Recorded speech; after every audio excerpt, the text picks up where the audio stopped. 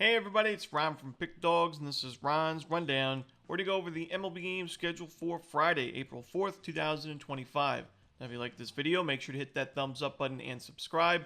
Put your baseball picks in the comments section below. And if you're looking for my best bets, the games I love the most, including my daily rundown best bet in Major League Baseball, you can find those at the Premium Picks tab at pickdawgz.com. There's also a link in the description. Alrighty, here we go. Here are the games for Friday in Major League Baseball. First up, we have the Chicago White Sox taking on the Detroit Tigers in the afternoon. This is the home opener for the Tigers, and there's really only a handful of games that are not home openers for these teams on Friday. Jonathan Cannon and Jack Flaherty are the projected starters in this one. Now, we know last year the Tigers really took advantage of the games that they played with the White Sox in the regular season to win enough games to make the postseason. Detroit took 10 of the season series games with Chicago, and they also really got to Jonathan Cannon quite a bit in the regular season. You look at the numbers for Cannon against Detroit in 2024, 10 innings, that was 3 different starts or 3 different appearances, 14 earned runs, 17 total runs, 19 hits, 3 homers, 7 walks, and only 8 strikeouts to go with it. Good for a 12.6 ERA and a 396 batting average, opponent's batting average. The Tigers crushed Jonathan Cannon. They've got good numbers against him. So while he pitched well in his season debut, it's tough not to like the Tigers' chances to get going a little bit offensively after, a subpar start to the year. And then you got Jack Flaherty on the other side for Detroit. Pitched pretty well in his season debut. I think he's a great option in this Tigers rotation. I think Detroit can score a few off Jonathan Cannon, score a few more on the bullpen, which I think is still the weakest in baseball for Chicago. So give me the Tigers in this one on the run line. Next up, we have the St. Louis Cardinals taking on the Boston Red Sox. Walker Buehler and Eric Fedde are your starters. I mentioned going into the first game for Walker Buehler against the Rangers that I didn't love the fit for him and the Red Sox, and I do think that he struggles in 2025. We saw him struggle in that first start against the Rangers, 4 runs, a home run, 7 base hits in 4 1/3 innings, and now you're facing a Cardinals team that I don't think is going to be able to sustain this, but right now is top 5 in baseball in team OPS against righties with a sub 20% strikeout rate as a team to go with it. I think the Cardinals could get to Buehler early, and Eric Fedde's actually making his Fenway Park debut. He's pitched mostly in the National League in his career with the Nationals, but he was with the White Sox, in 2024. He still never pitched at Fenway Park. He's pitched at most ballparks in the league, but not Fenway. It's a hitter-friendly ballpark. It's a tough place to pitch. I think he'll be good enough, though. He pitched really well in his season debut. I'm going to go with the Cardinals in this one on the money line. Next up, the San Diego Padres taking on the Chicago Cubs. We've got Shota Imanaga and Randy Vasquez on the mound. The Padres have hit lefties well this season, but it's really small sample size, and I think Imanaga is still the much better starting pitcher in this game, despite Randy Vasquez tossing a shutout in his season debut. I didn't like the matchup for him against the Atlanta Braves, but he pitched very well in terms of limiting runs, which is exactly the pitcher's job to do. The problem is he had 4 walks given up in 6 innings and only 3 strikeouts. I do expect big-time regression going forward for Vasquez, and I mentioned I don't think he's a viable starting pitching option in this Padres rotation, so it's hard not to like what you're seeing so far from San Diego as they're having a great start to the season, but I do think they struggle in this one. I think it's a lopsided pitching matchup. I would lean towards the over, and I like Chicago on the money line. Next up, the Toronto Blue Jays taking on the New York Mets. We're going to see Kevin Gausman and Tyler McGill on the mound. Now, Gausman against the current Mets hitters, about 100 plate appearances, not great numbers, a very steep walk rate, over 20%, low strikeout rate to go with it, high expected slugging percentage. I think the Mets match up well with Gausman, even though their offense has been inconsistent to start the year. On the flip side, Tyler McGill, I mentioned I think he has a strong 2025 campaign, finishes with a sub-4 ERA. He's off to a good start, 5 innings, 6 strikeouts, only 1 run against the Astros in a 3-1 Mets win. I think the Mets have the bullpen advantage in this game, in this series. So while I like Toronto this season overall, I think the Mets finish a little bit less than 90 wins on the year. I still like New York in this game on the money line. Next up, the Rockies and the Athletics. Osvaldo Bido and Ryan Feltner are your starters. Now, I think the Rockies finished with a much better home record than on the road, as we're used to seeing with this team. And I like their chances to pick up the win this game. I'm going to take the Rockies on the money line. I think it's going to be a fun series, though, a high-scoring series. I think these are 2 of the weaker bullpens in baseball. We saw the A's give up a ton of runs to the Chicago Cubs in that most recent series. And, for me, with Osvaldo Bido, while I think he's a good option in this A's rotation season long, this is his Coors Field debut, and his control was off a little bit in that first start. He gave up 4 walks in 5 innings. I think if you put base runners on via the free pass, you're really going to pay the price at Coors Field, because I also think the Rockies are going to get some sharp contact against them, get some extra base hits. And, Ryan Feltner, he's struggled at times with the Rockies in the rotation, but I still think he's one of the better options in the rotation overall. 5 innings, 2 runs, 5 strikeouts in his season debut against the Rays. Not too shabby at all. I think he'll be the better option by the end of this game. I think the Rockies do take it, but this should be, like I said, a very fun series. Last year, they played back-to-back extra innings classics. All the games were one-run final scores in Oakland, and that the final game of the series, which went to 11 innings, the Rockies in the top half of the 11 scored 4 runs. The A's in the bottom half scored 5 to walk it off, 10-9 the final score. Expect some wacky final scores in this series, but I like the Rockies in this one on the money line. Next up, we have the New York Yankees taking on the Pittsburgh Pirates. Max Fried and Mitch Keller are your starters. Now, Mitch Keller doesn't have a lot of experience facing some of the guys that have been in the American League for most of their careers, guys like Aaron Judge, but pitching in the NL Central, facing Paul Goldschmidt quite a bit, and pitching in the National League in general, facing a guy like Cody Bellinger, there are some numbers there, and Cody Bellinger's put together some good ABs against Mitch Keller in his career, 5 for 13 with 4 doubles, a low strikeout rate to go with it. Goldschmidt, not as much success, but he does limit the strikeouts, puts the ball in play, a decent expected slugging percentage. So I think that Keller could be in trouble a little bit in this ball game. And while I don't necessarily love backing Max Fried early in the season, where we saw him struggle in that first start, we also saw him get 20 runs of run support by the end of the game, and it was good enough for the Yankees win, of course, 20-9. I think the Yankees do have the much better bullpen right now, even though they're shorthanded with Devin Williams on the paternity list. But I think we see the Yankees still win this game. Not my favorite game on the board, but I'm going to lean towards the Yankees on the money line.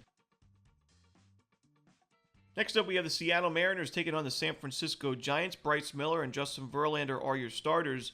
We mentioned in the preseason, the Mariners didn't really make a lot of changes to their offense, to their lineup, and we wondered if it's going to be any different. The Mariners were one of the worst offenses in baseball last year with one of the best rotations and best bullpens, but they couldn't score enough runs to win.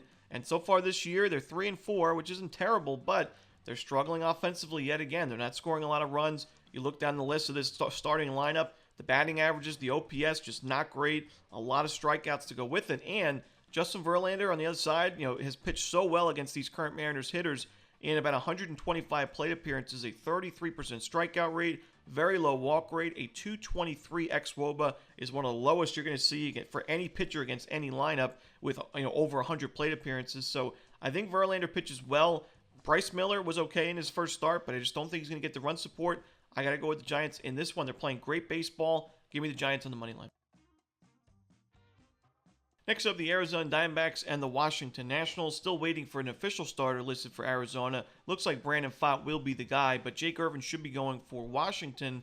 And I think this is not a great spot for Arizona because they played the traveled game on Thursday against the Yankees. Usually those are in the afternoon. It was an evening game against the Yankees at Yankee Stadium. So now you go to Washington, D.C. here, facing Jake Irvin, who I think is a decent option for the Nationals in overall this year, but in this game, he's got a low xWOBA against the current Diamondbacks hitters.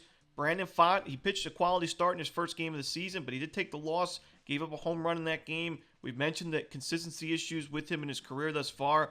I think the value lies with Washington in this game. If you don't trust that bullpen, which I don't blame you that it has struggled so far, you can take him in the first 5, but I think the Nationals win the full game as well. Next up, the game of the night for Friday, the Dodgers and the Phillies. Yoshinobu Yamamoto and Jesus Luzardo are your starters. The Dodgers are 8-0 this season, but they played 6 of those games at home, 2 of those games in Tokyo. Now they're playing their first true road game, as you would hear me say on the Bank Shot Breakdown in college hoops. Their first road game of the year. I think the Phillies take this one. I think this is going to be a competitive series, a playoff style series, and that was kind of the case for the Dodgers-Braves finale on Wednesday night, which was an epic game. The walk-off ended by Shohei Ohtani's home run. But while I love Yamamoto on the mound for LA, I was also really impressed with Luzardo in his season debut. I think the Phillies have the better bullpen, or at least more, the readily available bullpen, because the Dodgers do have some injuries right now in that pen, and I think the Phillies take advantage at home. Should be a great crowd for Philadelphia. I think Luzardo can compete with Yamamoto, and then it comes down to the bullpens. We're also not guaranteed to see Freddie Freeman back in the lineup for this game. He looks like he should be available, but we'll have to wait and see. I'm going to go with the Phillies in this one on the money line. Next up, we have the Atlanta Braves hosting the Miami Marlins. We're going to see Max Meyer and Spencer Schwellenbach on the mound. The 0-7 Atlanta Braves, and by the way, you may have heard the statistic, but no team has ever made the postseason in MLB history after starting 0-7.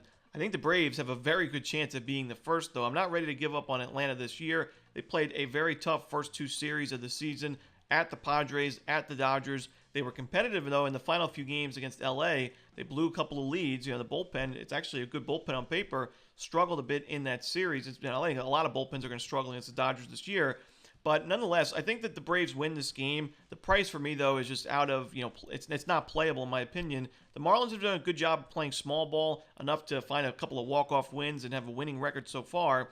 I do think, though, this is still one of the weakest offenses in baseball. I think they struggle mightily against Schwellenbach, and I think the Braves' bullpen sharpens up. I think Meyer is still, though, one of the better options for the Marlins in this rotation, and that bottom of the Braves lineup is not great on paper. They were competitive against Blake Snell in the final game of that series, but I think that's going to be the problem for Atlanta for a while is, the 6, 7, 8, 9, really rough on paper. I think we see a low-scoring contest in this one. Give me the under in Marlins-Braves. Next up, the Baltimore Orioles taking on the Kansas City Royals. This is usually a fun series to watch as well. We've seen last year we saw a lot of walk-offs, especially go the Orioles' way. Dean Kramer and Seth Lugo on the mound in this one. Two starters that struggled in their season debuts, but I actually think Kramer's the better option. Even though, he gave up quite a few runs, he was able to get the win for the Orioles because that offense is very strong. They were able to back him up, and he also was able to earn a strikeout per inning in that game, so that was at least, a promising sign. Lugo, I mentioned, I expect big-time regression for Lugo in 2025 after he was a Cy Young finalist in the American League in 2024. I think the Orioles, they've shown, start the season, they've got great numbers against righties, not so great against lefties, but against righties, top 5 in OPS, good isolated power to go with it, pretty low strikeout rate. You look at the Royals' numbers against right-handed pitching start the year, they're 21st in team OPS, a low ISO. I'm going to go with the Orioles in this one on the money line and run line. Next up, we have the Tampa Bay Rays taking on the Texas Rangers. We got Zach Littell and Tyler Mahle on the mound. Now, this is a Rangers team that in the preseason, a lot of people expected they were going to bounce back with their offense, that they were going to slug their way back to the playoffs, this time the AL West crown, and slug their way potentially back to the ALCS.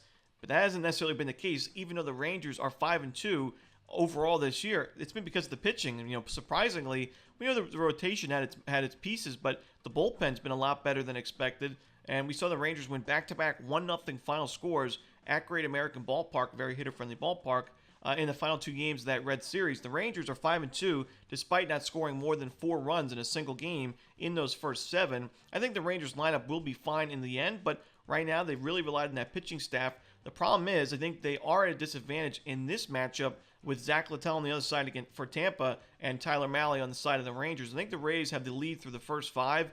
I think the bullpens, you could argue the Rangers have the better bullpen right now, and it's definitely not a bad argument. But I do think it's going to be a competitive game, a competitive series. I'm just going to go with Tampa Bay in the first 5.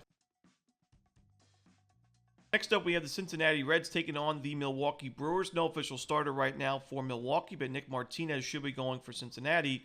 Now, I mentioned I don't love Martinez as a starting pitcher. I thought he pitched pretty well, though, in that first game against the Giants. The problem is I was really surprised to see him go out there for the 6th inning against San Francisco, and he struggled in that inning, giving up another home run and ended up giving up 4 earned runs by the end of the outing. I think that the Brewers could find a few off of Martinez, but it's also a Brewers team that, because of all those injuries in the pitching staff and because of those early season games, they're still in a not great place pitching-wise because of all the relievers they've had to use and the innings that they've had to use this season. I think they're in a bad spot here. If it's more of a bullpen game yet again, I gotta lean towards the Reds in this one. Even though that offense has been inconsistent, I think Cincinnati takes it. Maybe the first time I back Martinez as a starter in a long time, but I'm going to go with the Reds in this one on the money line. Next up, we have the Los Angeles Angels hosting the Cleveland Guardians. Jose Soriano for LA, Gavin Williams going for the Guardians. I like both of these starting pitchers in 2025, but I was more impressed by Jose Soriano. Now, granted, he faced the Chicago White Sox. You could argue the worst lineup in the American League or in all of baseball, but it was 7 innings of shutout baseball, 5 strikeouts, and a 12-4 ground ball to fly ball ratio. That's exactly where Soriano needs to be. He's a ground ball specialist. He's got great ground ball stuff. And if he's keeping the ball on the ground, limiting sharp contact, he can pitch very, very well this season. He could put up really good numbers for the Angels in that rotation. I think Gavin Williams figures it out, but I didn't love the fact that he only had 2 strikeouts in 5 innings against the Royals. It was still a good outing on paper. He was in line for the win if the Guardians didn't blow the lead with the bullpen. But I think that Soriano was more impressive. I like his chances more. I think he actually matches up really well with the Guardians team that limits strikeouts. But if Soriano's keeping the ball on the ground, limiting that sharp contact, the Guardians are probably going to struggle offensively. So give me the Angels in the first 5 innings. Lean towards a full game as well. And that's it. Those are the games for Friday in baseball. Hope you enjoyed this video. Again, if you're looking for my best bets, you can find those at Pick Dawgz Premium, and there is a link in the description. As always, Romanelli, good luck.